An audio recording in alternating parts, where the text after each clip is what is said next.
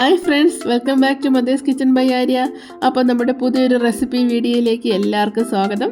ഇന്നത്തെ നമ്മുടെ റെസിപ്പി എളുപ്പത്തിൽ ഉണ്ടാക്കിയെടുക്കാൻ പറ്റിയ ഒരു മുട്ട ബിരിയാണിയുടെ റെസിപ്പിയാണ്. എല്ലാവരും വീഡിയോ ഫുള്ളായിട്ട് കാണണേ. അതുപോലെ തന്നെ സബ്സ്ക്രൈബ് ചെയ്തിട്ടില്ലെങ്കിൽ നമ്മുടെ ചാനലൊന്ന് സബ്സ്ക്രൈബ് കൂടി ചെയ്തേക്കണേ. കൂടെ കാണുന്ന ബെൽ ബട്ടൺ കൂടി പ്രസ് ചെയ്താൽ ഞാനിടുന്ന എല്ലാ വീഡിയോസിൻ്റെ നോട്ടിഫിക്കേഷൻസും നിങ്ങൾക്ക് അപ്പോൾ തന്നെ കിട്ടാവുന്നതാണ്. അപ്പോൾ നമുക്ക് വീഡിയോയിലോട്ട് പോകാം. ആദ്യം തന്നെ നമുക്ക് മുട്ട വേവിച്ചെടുക്കാം കേട്ടോ. മുട്ട വേവിച്ചെടുത്ത് മാറ്റി വയ്ക്കാം. ഞാനിവിടെ ബസുമതി റൈസാണ് എടുത്തിരിക്കുന്നത്. ഒരു ഗ്ലാസ് ബസുമതി റൈസാണ് എടുത്തിരിക്കുന്നത്. 2 പേർക്ക് കഴിക്കാൻ പറ്റിയ അളവിലാണ് ഞാനിവിടെ കാണിക്കുന്നത്.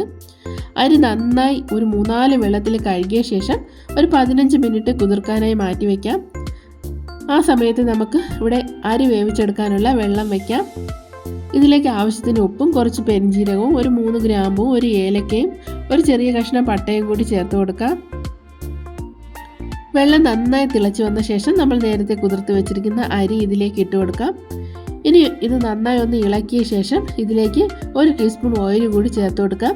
നമ്മുടെ അരിയൊക്കെ ഒന്ന് ഒട്ടിപ്പിടിക്കാതിരിക്കാൻ വേണ്ടിയാണ് ഓയിൽ ചേർക്കുന്നത്. ഒരു 10 മിനിറ്റ് കുക്ക് ചെയ്യുമ്പോഴത്തേക്കും അരി ഇവിടെ വെന്ത് കിട്ടും. ഒരുപാട് വെന്ത് പോകരുത്. ഒരു 3/4 വേഗം ആകുമ്പോഴത്തേക്കും നമുക്ക് അരി ഊറ്റി മാറ്റാവുന്നതാണ്.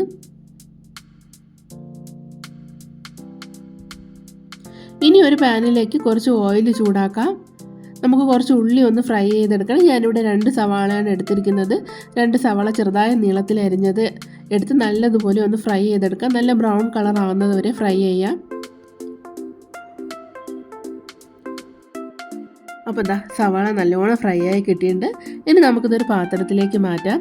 ഇനി ഇതേ ഓയിലിൽ തന്നെ ഒരു 1/4 ടീസ്പൂൺ മഞ്ഞൾപ്പൊടിയും ഒരു 1/4 ടീസ്പൂൺ മുളക് പൊടിയും ലേശം ഉപ്പും ചേർത്ത ശേഷം നമ്മൾ നേരത്തെ വേവിച്ച് വെച്ചിരിക്കുന്ന മുട്ട ഇതിലേക്ക് ഇട്ട് കൊടുത്ത് ഒന്ന് ഫ്രൈ ചെയ്തെടുത്ത് മാറ്റി വയ്ക്കാം.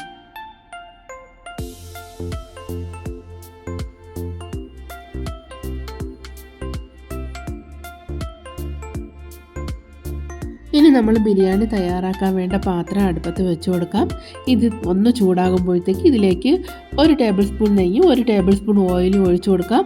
ഓയിൽ നന്നായി ചൂടായ ശേഷം ഒരു ചെറിയ കഷ്ണം പട്ടയും കുറച്ച് പെരിഞ്ജീരകവും കുറച്ച് ബേ ലീഫും 2 ഏലക്കായും ഗ്രാമ്പും കൂടി ഇട്ട് കൊടുക്കാം. ഇനി ഒന്ന് മൂത്ത് വന്ന ശേഷം ഇതിലേക്ക് ഒരു ചെറിയ കഷ്ണം ഇഞ്ചി, ഒരു 3-4 വെളുത്തുള്ളി ചതച്ചതും കൂടി ചേർക്കാം. ഇനി ഒരു 2 സവാള നീളത്തിൽ അരിഞ്ഞതും കൂടി ചേർത്ത് നന്നായി വഴറ്റിയെടുത്ത് ആവശ്യത്തിന് ഉപ്പ് കൂടി ചേർത്ത് കൊടുക്കാം.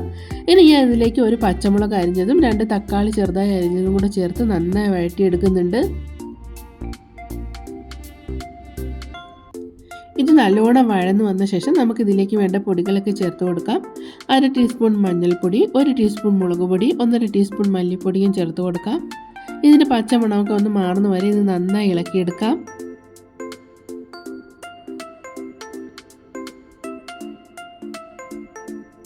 ഇനി ഞാൻ ഇതിലേക്ക് ലേശം വെള്ളം ചേർക്കുന്നുണ്ട്.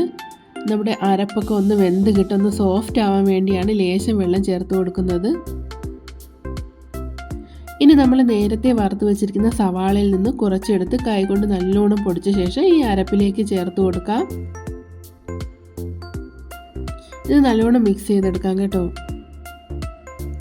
ഇനി ഞാൻ ഇതിലേക്ക് 1/2 ടീസ്പൂൺ ഗരം മസാലയും കൂടി ചേർത്ത് കൊടുക്കുന്നുണ്ട്.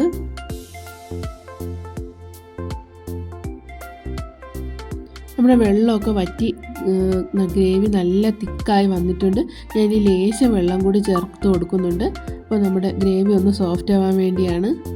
ഇനി നേരത്തെ ഫ്രൈ ചെയ്ത് വെച്ചിരിക്കുന്ന മുട്ട ഇതിലേക്ക് ഇട്ട് കൊടുക്കാം. ഒന്ന് വഴറ്റിയെടുത്ത ശേഷം ഇതിലേക്ക് നമ്മൾ നേരത്തെ വേവിച്ച് വെച്ചിരിക്കുന്ന ചോറ് ഇട്ട് കൊടുക്കാവുന്നതാണ്. ചോറ് ഇട്ട് കൊടുത്ത ഒരു സ്പൂൺ കൊണ്ട് നമുക്കിത് നല്ലോണം ഒന്ന് സെറ്റ് ചെയ്തെടുക്കാം.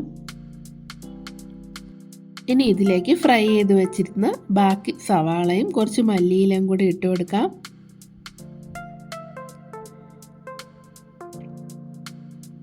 ഇനി ലോ ഫ്ലെയിമിൽ ഒരു 5 മിനിറ്റ് ഇതൊന്ന് അടച്ച് വെച്ച് കുക്ക് ചെയ്യാം.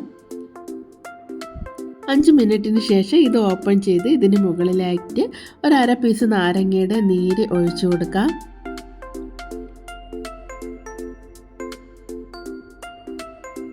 ഇനി ഒരു സ്പൂൺ കൊണ്ട് ഇത് മെല്ലെ ഇളക്കിയെടുക്കാം കേട്ടോ.